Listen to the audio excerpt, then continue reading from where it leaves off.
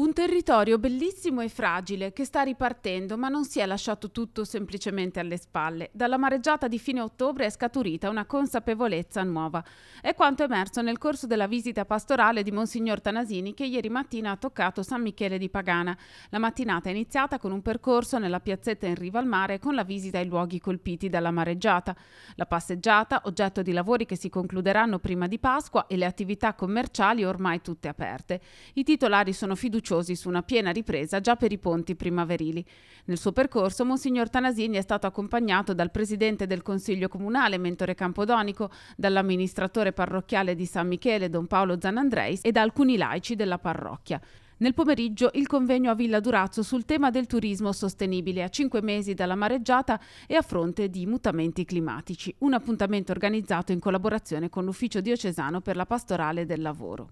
Nel dibattito è emersa la necessità di una stretta collaborazione fra enti pubblici, privati e operatori del settore, parti sociali, nell'ottica di riscoprire la bellezza del territorio per poter generare processi utili ad una crescita occupazionale urgente e necessaria. Un punto questo ripreso da Monsignor Tanasini nelle conclusioni. Qualcuno mi ha fatto osservare che troppe volte ci vogliono i disastri per creare solidarietà. Ci vogliono i grandi eventi distruttivi per attirare l'impegno comune, che normalmente tendiamo ad essere individualisti, sia come persone, sia come comunità. Troppo spesso una estranea all'altra. La Chiesa chiavarese, ha aggiunto il Vescovo, ha in questo tempo un indirizzo preciso, quello di promuovere incontro, comunione, sostegno reciproco e solidarietà fra le comunità.